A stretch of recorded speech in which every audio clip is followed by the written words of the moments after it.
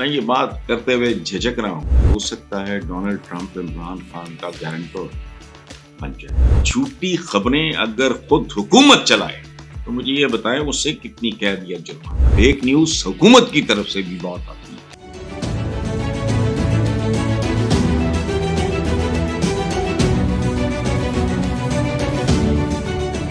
السلام علیکم ویورز، دعائیں آپ کے لیے اور ہم سب کے وطن کے لیے۔ قبول ہو نہ ہو لیکن مانگنی تو چاہیے۔ پہلی بات جو آپ سے شیئر کرنی ہے وہ یہ ہے کہ پی ٹی آئی کی مذاکراتی کمیٹی کے رکن عمر ایوب نے کہا ہے کہ پی ٹی آئی مذاکراتی کمیٹی نے مذاکرات کے چوتھے راؤنڈ میں شرکت نہ کرنے کا فیصلہ کیا۔ اسے سادہ زبان میں کہتے ہیں تنگ آمد بجنگ آمد۔ یہ جو ٹوپی ڈرامہ انہوں نے لگایا ہوا ہے نا، اس کے پیچھے بہت ساری ریزنز ہیں، لیکن بہرحال ٹھیک ہے، یہ بھی بچے نہیں ہیں۔ انہوں نے چوتھے راؤنڈ میں شرکت نہ کرنے کا فیصلہ کیا اور وجہ صاف ہے۔ انہوں نے کہا کہ جب تک جوڈیشل کمیشن کا قیام نہیں ہوتا اور عمل میں نہیں آتا، چوتھے مذاکراتی راؤنڈ میں نہیں بیٹھیں گے۔ ان کے چاہیے کہ پوری طاقت کے ساتھ اپنا یہ جو ہے نا سٹینڈ وہ قائم رکھیں۔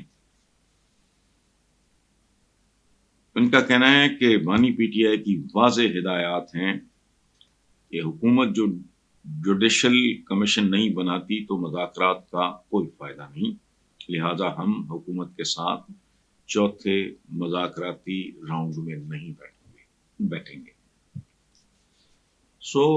یہ ڈیڈ لاک تکلیف دہ ہے، لیکن یہ کم از کم میں اس کو ایکسپیکٹ کر رہا تھا، چونکہ فیک آدمی ہو یا فیک پارٹی ہو یا فیک حکومت ہو،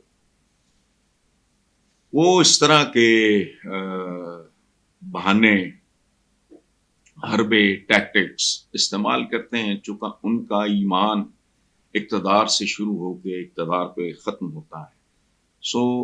اس پہ میرا اصل کامنٹ یہ ہے، جاگنے والوں جاگو مگر خاموش رہو، سوچنے والوں سوچو مگر خاموش رہو، اور انتظار کرو اللہ کی لاٹھی کا جو بے آواز ہوتی ہے، اور پھر اس کا انجام ہم نے دیکھا ہے تاریخ میں بہت ساری مثالیں۔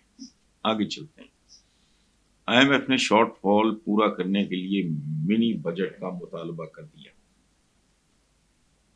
اور وزیر اعظم شہباز شریف نے یہ مطالبہ مسترد کرتے ہوئے متبادل پلان کی ہدایت کر دی۔ اب یہ یا تو متبادل پلان ان کے مطالبے کے آگے پیچھے نیڑے تیڑے ہوگا، یا ان کو اپنا مسترد کرنا واپس لینا پڑے گا۔ اس کی وجہ یہ ہے، پھیلے ہوئے ہاتھ یا منگتی زبان ڈکٹیٹ نہیں کرا سکتی۔ اچھا، تفصیلات کے مطابق جولائی سے دسمبر ٹیکس ہدف میں 385 ارب روپے کے شارٹ فال کا سامنا ہے، جس کے بعد آئی ایم ایف نے ریونیو شارٹ فال پورا کرنے کے لیے منی بجٹ لانے کا مطالبہ کر دیا۔ منی بجٹ ہو یا کچھ بھی ہو، ایک بات طے ہے کہ عوام اپنا باقی ماندہ بچا کھچا لہو اور باقی ماندہ بوٹیاں جو شکروں کے پنجوں اور چونچوں سے بچ گئی ہیں، وہ ان کو سنبھالنے کی کوشش کریں۔ جو اصل ٹیکس چور بلکہ ٹیکس ڈکیت ہیں، چور نہیں ہیں، سرے عام کر رہے ہیں، ان پر نہ تو پہلے ہاتھ ڈالا گیا نہ اب ڈالا جائے گا۔ اس کی وجہ ہے، یہی تو لوگ ہیں۔ انفیکٹ معیشت کو واقعی سنبھالنے اور اٹھانے کے لیے جو کچھ کرنا چاہیے تھا، اب تک کسی نے اس کی طرف آنکھ اٹھا کے بھی نہیں دیکھا۔ چند روز پہلے کی بات ہے، ہفتہ ہوا ہوگا، 10 دن ہوئے ہوں گے، ایف بی آر کے سربراہ نے جو بیان دیا تھا کہ کون لوگ یا کون سی کمیونٹی کتنے کھرب روپے کا ٹیکس ڈکار جاتی ہے، اس طرف نہ انہوں نے پہلے دھیان دیا تھا اور نہ ہی اب ان پائیوانوں کی طرف جائیں گے۔ اور میں ایک بات سوچتا ہوں کہ یہ پاکستان میں جتنے آئین کے تائے چاچے مامے بابے پھپھے بنے ہوئے ہیں جو اسمبلیوں میں سینٹ میں ادھر ادھر موجود ہیں، یہ کبھی کوئی اس طرح کی لسٹ کیوں نہیں چھپتی کہ وزیر اعظم سے لے کے کسی ایم پی اے تک، سینیٹر سے لے کے کسی فلاں تک انہوں نے گزشتہ سال کتنا ٹیکس دیا، پھر آپ ان کا لائف سٹائل دیکھیں۔ میری سمجھ سے باہر ہے، بنیادی سوال ہے، بنیادی جواب ہے اس کا، لیکن جب تک اس سے آگے میں کچھ نہیں کہتا، یہ باز نہیں آئیں گے۔ حکومت نے پیکا میں مزید ترامیم کا فیصلہ کر لیا، جس کے مسودے کی کاپی بھی سامنے آ گئی ہے۔ ذرائع کا کہنا ہے کہ سوشل میڈیا سمیت فیک نیوز سے متعلق اہم قانون سازی کی جائے گی، جسے جلد منظوری کے لیے پارلیمنٹ میں پیش کیا جائے گا۔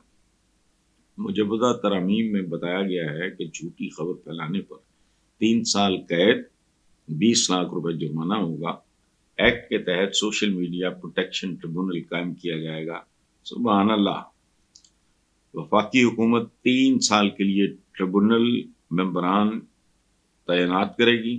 سوشل میڈیا پروٹیکشن ٹریبونل 90 روز میں کیس نمٹانے کے پابند ہوں گے۔ جہاں 3 نسلوں کو انصاف نہیں ملتا 90 روز میں، چونکہ ان کی ضرورت ہے، یہ ڈیسپریٹ ہیں۔ اور یہاں عجیب بات ہے، مجھے پرویز مشرف مرحوم یاد آ رہے ہیں، میری ان سے ایک دفعہ ایک بات ہوئی تھی دبئی میں یا انگلینڈ میں، مجھے یاد نہیں، تو انہوں نے مجھے بتایا کہ شدید ترین مخالفت ہوئی تھی کہ تم یہ جو فلڈ گیٹس کھول رہے ہو میڈیا کے، یہ نہ کرو۔ تو میں نے کہا میرا ذاتی نقصان بھی ہوتا ہو جائے، میں چاہتا ہوں قوم کو سوچنے کا، بات کرنے کا، کھل کے بات کرنے کا، مکالمہ کرنے کا موقع ملے۔ آپ یقین کریں، دیانتداری سے آپ اپنی اپنی جگہ گھروں میں بیٹھ کے سوچیں کہ اگر ان کی جگہ کوئی جمہوریہ ہوتا، جمہوریت کا ماما، آئین کا چاچا اور عوام کا نمائندہ نام نہاد، یہ اس طرح چینلز کی برسات پرائیویٹ چینلز کی ہوتی، سوال ہی نہیں پیدا ہوتا۔ جھوٹی خبریں اگر خود حکومت چلائے تو مجھے یہ بتائیں اس سے کتنی قید یا جرمانہ؟ جھوٹی خبر، یہ آپ جسے کہتے ہیں نا فیک نیوز، یہ وہ فیک نیوز حکومت کی طرف سے بھی بہت آتی ہے۔ ہر چوتھے دن 10ویں دن میں آپ کے ایک خوشخبری سنائی جاتی ہے، گراؤنڈ ریالٹیز بالکل مختلف ہوتی ہیں۔ مجھے بتائیں ان کے لیے کون سزا کا تعین کرے گا، اور کون انہیں سزا دے گا، اور کون انہیں جرمانہ کرے گا؟ فیک نیوز زندہ اگر فیک ہو تو وہ زندہ نہیں رہتی، اپنی موت آپ مر جاتی ہے۔ فیک نیوز اگر فیک نیوز ہے تو اس سے لڑنے کا یہ بہت ہی بھونڈا طریقہ ہے۔ پاکستان کے میڈیا پہ پہلے ہی بہت زیادہ پابندیاں اور قدغنیں ہیں، جن میں سے بہت ساری بے تحاشا فضول اور مذاق خیز ہیں۔ اس سے آگے جاؤ گے تو اس کے پھر جو نتائج ہوں گے اس کے لیے بھی تیار ہو۔ حلف اٹھانے کے بعد ٹرمپ نے غزہ کی سوال پہ جواب دیتے ہوئے کہا کہ یہ امریکہ کی جنگ نہیں ہے، لیکن وہ جنگ بندی معاہدے کو قائم رکھنے کے لیے اپنا کردار ضرور ادا کریں گے۔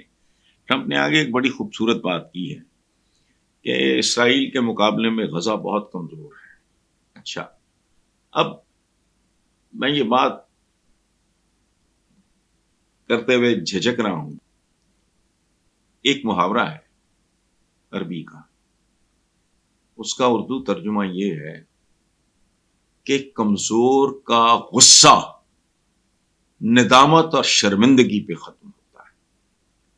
پہلے تو یہ جو کچھ ہوا ہے اس کا آغاز کہاں سے ہوا، کس نے کیا، کیا انہوں نے اپنے آپ کو ایویلیویٹ اور اپنی اسیسمنٹ میں خود کو اسیس کرنے میں وہ بہت بڑی بھیانک غلطی تو نہیں کی۔ بہرحال ٹرمپ نے کہا ہے کہ میں نے غزہ کی ایک تصویر دیکھی جس میں مجھے وسیع منہدم شدہ علاقہ نظر آیا۔ اس وقت غزہ کو تباہ کر دیا گیا ہے، اس کی مختلف طریقوں سے تعمیر نو کرنا ہوگی۔ غزہ سمندر کنارے دنیا کی عالی شان جگہوں میں سے ایک ہے، اس کے ساتھ بہت سی خوبصورت وہاں کام کیے جا سکتے ہیں. یہ بات خوبصورت ہے. میں ایک بنیادی بات بڑا لپیٹ کے میں کہہ رہا ہوں کہ وہ جو اقبال نے کہا تھا نا، پہلے اپنے پیکرے خاکی میں جاں پیدا کرو. یہ یاد رکھنا، یہ زندگی کا اصول ہے. جب آپ کوئی انیشیٹو لیتے ہو تو آپ کو اندازہ ہونا چاہیے اس کا انجام کیا ہوگا.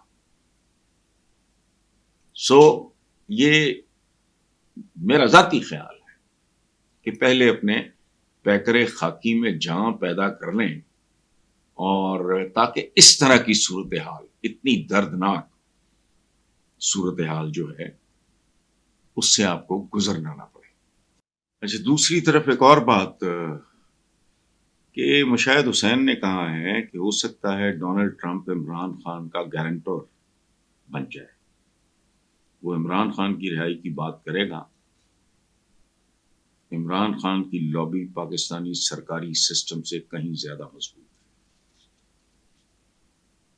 میں نہیں کہہ رہا کہ مشاہد حسین کی بات میں کتنا دم ہے، وزن ہے، لیکن ایک بات طے ہے، وہ ایک سنجیدہ، میچور انٹلیکچوئل ہے. اس بات کے اگر تھوڑے سے بھی امکانات ہیں تو سوچو امبیرسمنٹ کی حالت کیا ہوگی. اس کی وجہ ہے کہ اگر یہ نوبت آ گئی تو پھر بنے گا کیا، کس کی کتنی کریڈیبلٹی باقی رہ جائے گی. اس لیے سوچ لیں. آخری بات ہے، رانا ثناء اللہ نے ایک نجی ٹی وی پر انٹرویو دیتے ہوئے کہا ہے کہ عمران خان نے شوکت خانم ہسپتال بنا کے بہت سے لوگوں کے لیے امید پیدا کی. آج بھی ہزاروں لوگوں کا علاج ہو رہا ہے. نول یونیورسٹی بنا کے بھی ایک مثال قائم کی، لیکن القادر یونیورسٹی بناتے وقت اس سے غلطی ہوئی. عمران خان کا فنڈ ریزنگ کے حوالے سے ایک نام ہے، وہ 10 ارب کی جگہ 100 ارب بھی کسی بزنس ٹائکون سے لے لیتے تو پتہ بھی نہیں چلتا. سبحان اللہ. یاد رکھیں، میں نے ہمیشہ ایک بات کی ہے، رانا ثناء اللہ میڈ ان پاکستان راجپوت نہیں ہے.